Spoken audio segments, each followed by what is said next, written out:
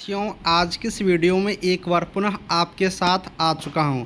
कल हम लोग पिछले क्लास में जब पढ़ाई कर रहे थे तो 25 नंबर क्वेश्चन तक पढ़ाई हम लोग कर लिए और आज जो यहां से क्लास करने वाले हैं ये क्लास हम लोग 25 नंबर क्वेश्चन से आगे करने वाले हैं। तो आप लोगों को सेशन कैसा लग रहा है आप लोग एक बार कमेंट करके ज़रूर से ज़रूर मुझे बता दीजिएगा। साथ ही आपके लिए बहुत ही इम्पोर्टेंट क्वेश्चन हम लाएंगे। आपको पहले भी मैंने बताया था, आज भी मैं बता देता हूं। अगर आपको पीडीएफ लेना है इम्पोर्टेंट क्वेश्चन का और आपको क्लास करनी है पूरा डिटेल्स में, है ना, क्लास करनी है पूरा डिटेल्स में, ऑल सब्जेक्ट का जल्दी तैयारी करनी है पूरा बेहतरीन तरीक़ा से, तो आप लोग मोबाइल नंबर दिख रहा होगा या फिर मैं लिख देता हूँ, इस पर आप लोग व्हाट्सएप पर मैसेज करके आप लोग पूरी जानकारी ले लीजिए और पीडीएफ क्लास से लेकर के घर बैठे आसानी से और जल्दी से बेहतरीन तरीके से तैयारियां कर लीजिए। ठीक है, आपको पूरी तैयारियां हो जाएगा। वैसे आपको यहां पर भी क्लास करवाया जा रहा है, यहां से भी आप लोग तैयारी कर सकती हो। चलिए, आज हम लोग विलम्ब नहीं करेंगे, देखेंगे। और जिन कैंडिडेटों का स्टूडेंट का पिछला क्लास छूट गया है, प्ले लिस्ट में जाइए, बीटीएससी एएनएम सेट होगा, उस पर क्लिक करके पूरा वीडियो देख लीजिए। लिंक हम डिस्क्रिप्शन में भी डाल दिए हैं। प्ले लिस्ट का नाम होगा बीटीएससी एएनएम एग्ज़ाम सेट, उसको आप लोग क्लिक करके देख सकते हैं। ठीक, आज हमारा क्वेश्चन यहाँ से शुरू होगा। डायरेक्ट क्वेश्चन पर चलते हैं। एमिनो एसिड की क्वेश्चन नंबर है, एमिनो एसिड की आवश्यकता किसके संश्लेषण के लिए होती है? अब एमिनो एसिड की आवश्यकता किसकी संश्लेषण के लिए होता है? ऑप्शन है लिपिड के लिए, प्रोटीन के लिए, कार्बोहाइड्रेट के लिए या फिर एल्केलाइड के लिए। किसके संश्लेषण के लिए होता है एमिनो एसिड की आवश्यकता? अब यहाँ पर एमिनो एसिड की यहाँ पर पूछ रहा है किसके संश्लेषण के लिए होता है। तो एमिनो एसिड की जो संश्लेषण के लिए आवश्यकता होता है वो लिपिड के लिए होता है। किसके लिए होता है? लिपिड के लिए होता है। ऑप्शन नंबर ए याद रखना। बाकी प्रोटीन, कार्बोहाइड्रेट, एल्काइल, इनके संश्लेषण के लिए एमिनो एसिड की कोई ज़रूरत नहीं होता है। बस लिपिड की यहाँ पर संश्लेषण के लिए एमिनो एसिड की आवश्यकता है लिपिड की संश्लेषण के लिए। ठीक है, ऑप्शन नंबर ए यहाँ से हम लोग क्या करेंगे, याद रखेंगे। आगे वाले क्वेश्चन थोड़ा सा देख लेते हैं। आगे वाले क्वेश्चन क्या कह रहे हैं कि निम्नलिखित में से कौन सा एमिनो अम्ल मानव पोषण के लिए अर्ध अनिवार्य माना जाता है? यानी कि मानव पोषण के लिए, हम लोग एक मानव है, हम लोग के पोषण के लिए कौन सा अर्ध अनिवार्य माना जाता है? देखिए, सबसे पहले पोषण का मतलब हो गया कि जिस खाद्य पदार्थ का प्रयोग करने से हम लोगों का बॉडी में एनर्जी मिलता है, बॉडी का वृद्धि होता है, उससे हम लोग पोषण कहते हैं। तो पोषण समझ गए, हम लोग के लिए बहुत ही ज़्यादा ज़रूरी है। तो कौन सा एमिनो अम्ल मानव पोषण के लिए अर्ध अनिवार्य है? वेलिन, हिस्टिडीन, मेथाइनोनिन या फिर ल्यूसीन? कौन सा एमिनो अम्ल? चलिए, कौन सा एमिनो अम्ल ज़रूरी है? तो यहाँ पर कौन सा एमिनो अम्ल बात करेंगे पोषण के लिए? तो हिस्टिडीन। कौन सा? हिस्टिडीन याद रखना। हिस्टिडीन एक एमिनो अम्ल है जो हमारे शरीर के लिए बहुत ही ज़्यादा ज़रूरी है। यानी कि ऑप्शन नंबर क्या करेंगे, बी याद करेंगे। देखिए, आप लोग सोचते होंगे इतना भारी क्वेश्चन नहीं पूछा जाएगा। नहीं, हल्का क्वेश्चन तो आपको आ ही रहे होंगे ना। जो इजी क्वेश्चन है, इजी प्रश्न है, वो इजी प्रश्न आपको आ ही रहे होंगे और इजी प्रश्न मैं करवा दूंगा और क्वेश्चन आएंगे ही नहीं। जो लेवल होता है क्वेश्चन का उसको पढ़िए। आप लोग बहुत जगह देखे होंगे, वो लोग क्या करते हैं कि पूरे आपको इजी क्वेश्चन दिखाते हैं, जिससे आपको लगता है कि नहीं मेरी तैयारी गंभीर है, एकदम बढ़िया है, हम तो एग्ज़ाम निकाल लेंगे। बढ़िया चीज़ है, आप एग्ज़ाम निकाल लेंगे, लेकिन क्वेश्चन का लेवल देख लीजिए, उसके अकॉर्डिंग पढ़िए। अगर आप लोग लेवल नहीं देखती हो, हल्का क्वेश्चन के चक्कर में रह जाते हैं जिनका आंसर आपको पहले से आता है, तो फिर आपकी तैयारियाँ थोड़ा सा कम हो जाएंगे। ठीक है, देखिए, मानव हम लोग के बॉडी में, शरीर में जठर ग्रंथि होता है।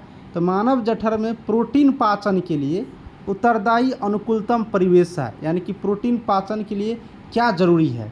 क्षारीय होना, अम्लीय होना, उदासीन होना या फिर बेसिक होना? जठर ग्रंथि में क्या ज़रूरी है, किस टाइप का रहेगा जिससे प्रोटीन को पचाने के लिए यहाँ पर कोई दिक्कत नहीं होंगे? देखिए, प्रोटीन जो है ना बड़ी हेहरा है, बड़ी ख़राब चीज़ है, ये जल्दी पचता ही नहीं है यार। इसको पचाने के लिए बड़ी यहाँ पर प्रोसेस करना पड़ता है। तो कह रहा है कि कौन सा स्थिति रहेगा तो प्रोटीन का पाचन बढ़िया से हो सकता है। तो अगर यहाँ पर बात करेंगे तो अम्लीय, आप लोग देखे होंगे पेट में यहाँ पर HCl होते हैं, हाइड्रोक्लोरिक अम्ल होते हैं, तो यही होता है अम्लीय प्रकृति के रहेंगे तो ही जाकर के प्रोटीन क्या होगा, पाचन करने में, इनको पचाने में आसानी होगा, बढ़िया से ये पच सकता है, क्योंकि ये बड़ी एकदम होता है जटिल होता है, जल्दी पचता ही नहीं रहता है। ठीक है, तो HCl अम्ल होता है पेट में, यानी कि हाइड्रोक्लोरिक अम्ल, यानी कि अम्लीय प्रकृति का होना यहाँ पर जरूरी है प्रोटीन को पचाने के लिए। ठीक है, प्रोटीन को पचाने के लिए। जब आप लोग को मैं यहाँ पर ऑब्जेक्टिव करवाऊँगा, जब मैं आप लोग को ऑब्जेक्टिव करवाऊँगा पोषण चैप्टर का, जिसमें पोषण चैप्टर में पोषक तत्व जब हम आपको पढ़ाएंगे, पोषक तत्व जब हम पढ़ाएंगे, तो पोषक तत्व आप लोग यहाँ पर देखिएगा 6 प्रकार की होती है।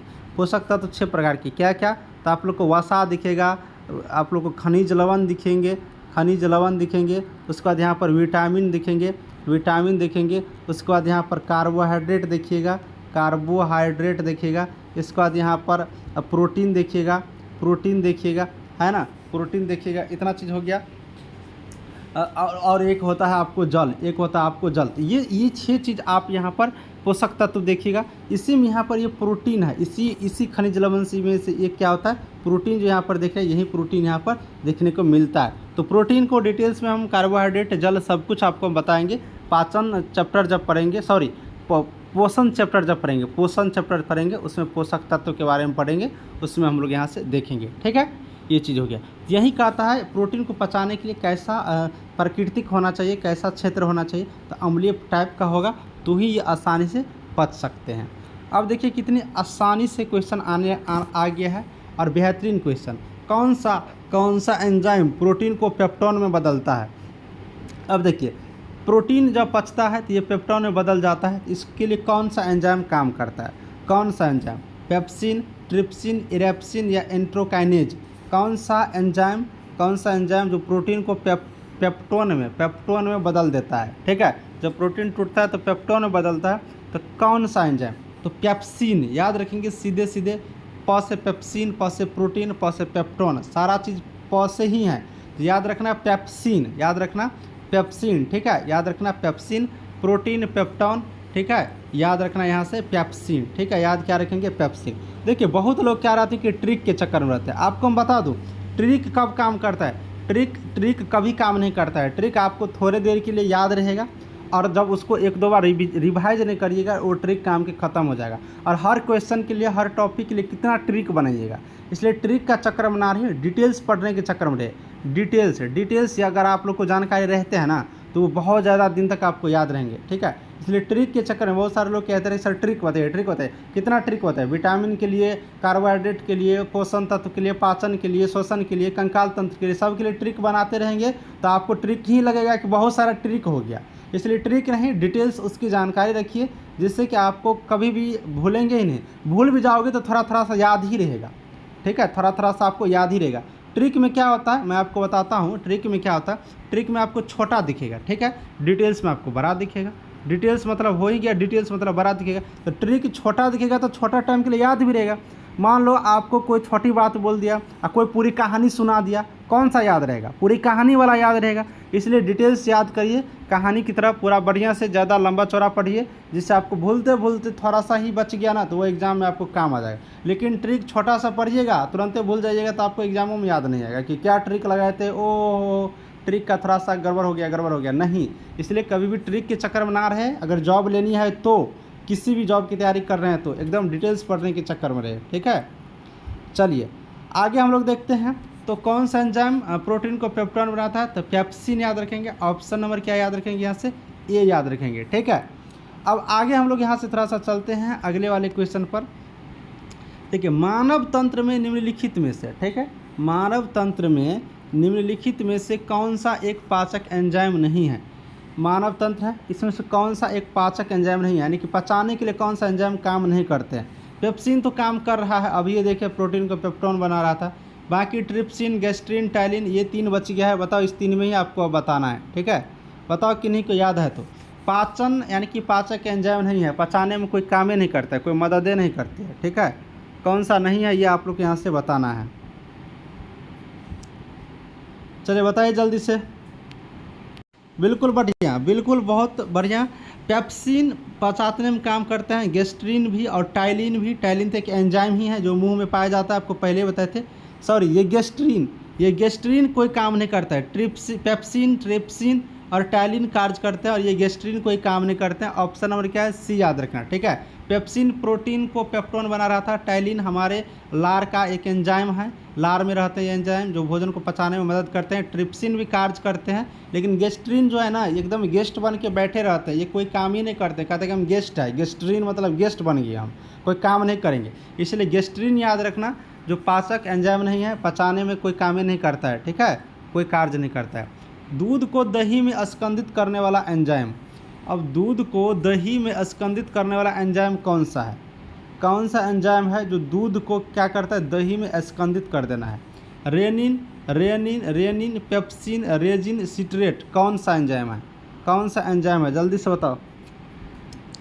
दूध को दही में स्कंदित करने वाला एंजाइम कौन सा है? दूध को दही में स्कंदित करने वाला एंजाइम रेनिन, पेप्सिन, रेजिन या फिर सिट्रेट, कौन सा एंजाइम है तो दूध को दही में यहाँ पर क्या करते हैं, स्कंदित कर देते हैं। तो दूध को दही में अगर स्कंदित करने वाला यहाँ पर देखेंगे कौन सा एंजाइम है, तो याद रखना आप लोग को रेनिन। कौन सा? रेनिन। दूध को दही में स्कंदित कर देता है, बदल देता है, कौन सा एंजाइम? तो रेनिन। ऑप्शन नंबर ए हम लोग यहाँ से क्या करेंगे, याद रखेंगे। रेनिन जो होता है ना, ये दूध से क्या करते हैं, दही में बदलने वाला एक एंजाइम है। पेप्सिन अभी आपने देख ही लिया, ये नहीं होगा। रेजिन भी नहीं होगा, यहाँ पर क्या होगा, रेनिन होगा। ऑप्शन नंबर ए हम लोग यहाँ से याद रखेंगे। दूध को प्रोटीन को पचाने वाला एंजाइम, अब दूध में जो प्रोटीन होता है उसको पचाने वाला एंजाइम, पहले ही बता दें ये प्रोटीन बड़ा गड़बड़ चीज़ होता है, ये जल्दी क्या होता है कि मतलब जल्दी ये पचते ही नहीं रहता है। तो दूध में जो प्रोटीन होता है उसको पचाने के लिए कौन सा एंजाइम, अभी ऊपर ही क्वेश्चन पर पेप्सिन नहीं होगा, ये प्रोटीन को पेप्टोन बनाता है। ट्रिप्सिन भी नहीं होगा, क्या होगा, रेनिन होगा। अभी तुरंत आपने पढ़ा ना ऊपर में, रेनिन। रेनिन जो दूध में प्रोटीन होता है उसको पचाने के लिए कार्य करने वाला एक एंजाइम है। तो याद रखेंगे यहाँ से क्या चीज़, रेनिन। क्या याद रखेंगे, रेनिन। ऑप्शन नंबर सी याद रखेंगे, ठीक है। जो दूध में प्रोटीन होता है उसको पचाने में यहाँ पर मदद करते हैं। चलिए आगे देख लेते हैं। दूध में कौन सा प्रोटीन शर्करा युग्म होता है, यानी कि शर्करा युग्म होता है कौन सा प्रोटीन, ठीक है। कौन सा प्रोटीन का यहाँ पर जोड़ा है जो शर्करा युग्म होता है, शर्करा जोड़ा में है। Casein sucrose, casein lactose, ferritin, albumin. अब यहाँ पर दूध वाला बात है तो फेरेटिन एल्बुमिन तो होगा नहीं, क्योंकि केसिन लगा है दो में, तो केसिन वाला ही होगा। बाकी दो में कौन सा होगा, तो दूध में जो प्रोटीन को शर्करा युग्म में रहता है वो केसिन और लैक्टोज होता है, केसिन और लैक्टोज होता है। ऑप्शन नंबर क्या होंगे, बी होंगे। ऑप्शन नंबर क्या होंगे, बी होंगे। ऑप्शन नंबर बी यहाँ से याद रखना, ठीक है। दूध में कौन सा प्रोटीन शर्करा युग्म होता है, तो केसिन और लैक्टोज, केसिन और लैक्टोज। ऑप्शन नंबर क्या याद रखना है, बी याद रखना है। और दूध में जो प्रोटीन होता है उसको पचाने के लिए कौन मदद करते हैं, तो रेनिन। कौन मदद करते हैं, तो रेनिन, ठीक है, रेनिन करते हैं। और पाया जाता है केसिन और लैक्टोज, ठीक है। इस तरह से आप याद रखना, आपको दूध से रिलेटेड कोई भी क्वेश्चन यहाँ से नहीं छूटेंगे। दूध में पाया जाने वाला मुख्य प्रोटीन कौन सा है, अब दूध में पाया जाने वाला कौन सा मुख्य प्रोटीन है, कौन सा मुख्य प्रोटीन है, केसिन। ये सबको पता होगा, इसे बताने की कोई ज़रूरत ही नहीं है। दूध में पाचन करने वाला मुख्य प्रोटीन कौन सा होता है, तो केसिन होता है। ऑप्शन नंबर क्या करेंगे, डी यहाँ से हम लोग याद रखेंगे, केसिन। क्या याद रखेंगे, ऑप्शन नंबर डी याद रखेंगे, केसिन। जो दूध में पाया जाने वाला क्या है, मुख्य प्रोटीन है, तो ऑप्शन नंबर डी याद रखेंगे, क्या, केसिन, ठीक है। चलिए आगे क्वेश्चन देख लेते हैं। एंजाइम के प्रोटीन भाग को क्या कहते हैं। अब एंजाइम है, एंजाइम के प्रोटीन वाला भाग को क्या कहते हैं, iso enzyme, hello enzyme, apo enzyme, उपयुक्त में से सभी, क्या कहते हैं, जल्दी बताओ।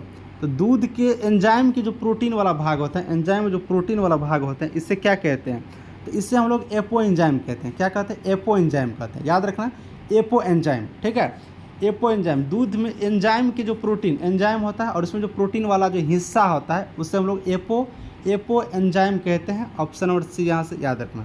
एक क्वेश्चन यहाँ से पूछा जाएगा, लिख रख लीजिए आप लोग 100%, ठीक है।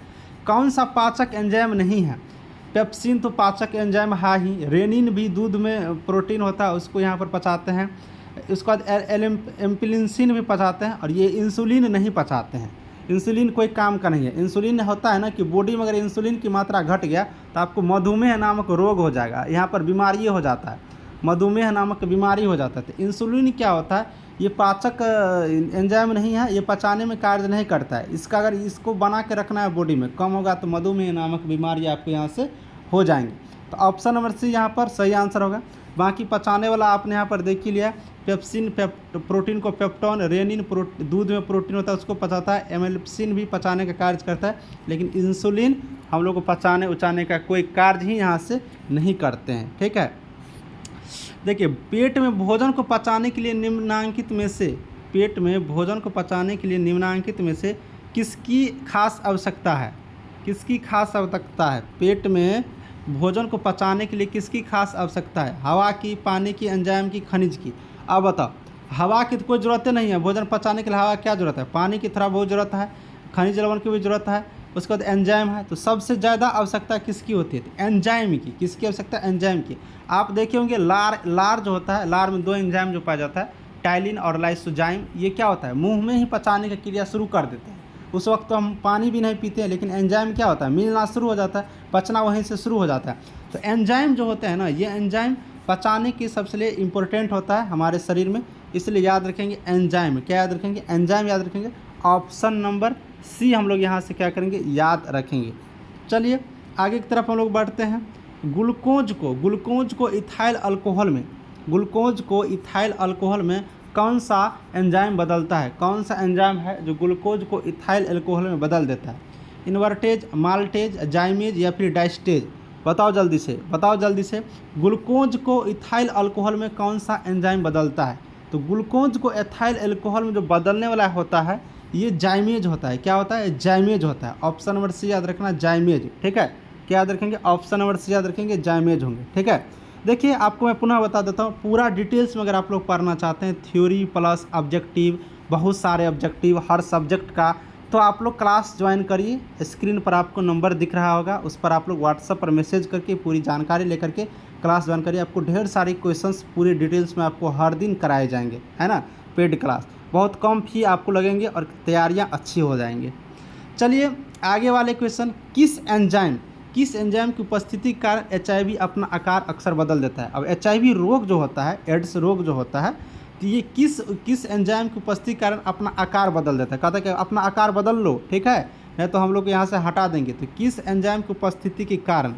ऑप्शन है रिवर्स ट्रांसक्रिप्टस, एंट्रोकाइनेस, न्यूक्लियोटिडेस।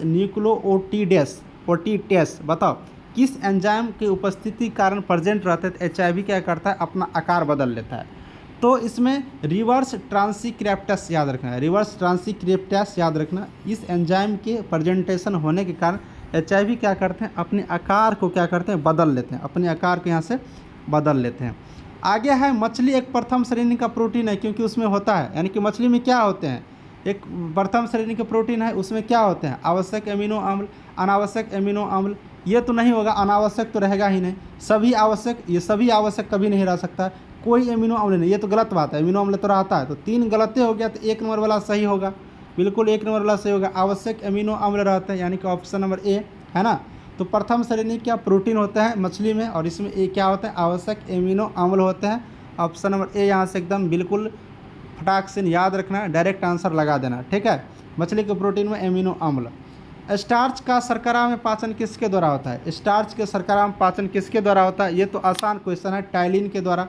जो स्टार्च होता है मंड होता है, हमारे मुंह में लार के माध्यम से पचना शुरू होता है, और लार में 2 चीज़ होता है, एक होता है टाइलिन भाई साहब, और दूसरा होता है लाइसोजाइम, है ना, लाइसोजाइम। तो ये दोनों एंजाइम होता है, तो यहाँ पर दोनों आंसर रहता है, तो दोनों होता, लेकिन दोनों में से कोई एक रहेगा तो आंसर होगा। तो टाइलिन वाला भैया है, तो टाइलिन को तुरंत लगा देंगे, ठीक है। ये आसानी से भोजन को पचाने में, स्टार्च को पचाने में लार में टाइलिन और लाइसोजाइम, तो टाइलिन वाला दिखेगा तो टाइलिन लगा देंगे। लाइसोजाइम दिखेगा, तो लाइसोजाइम को भी लगा देना है। दोनों में से कोई एक ही आंसर रहेंगे, इस बात को याद रखना, या फिर दोनों आंसर होते हैं तो दोनों इनका आंसर हो जाएगा, ठीक है, टाइलिन और लाइसोजाइम।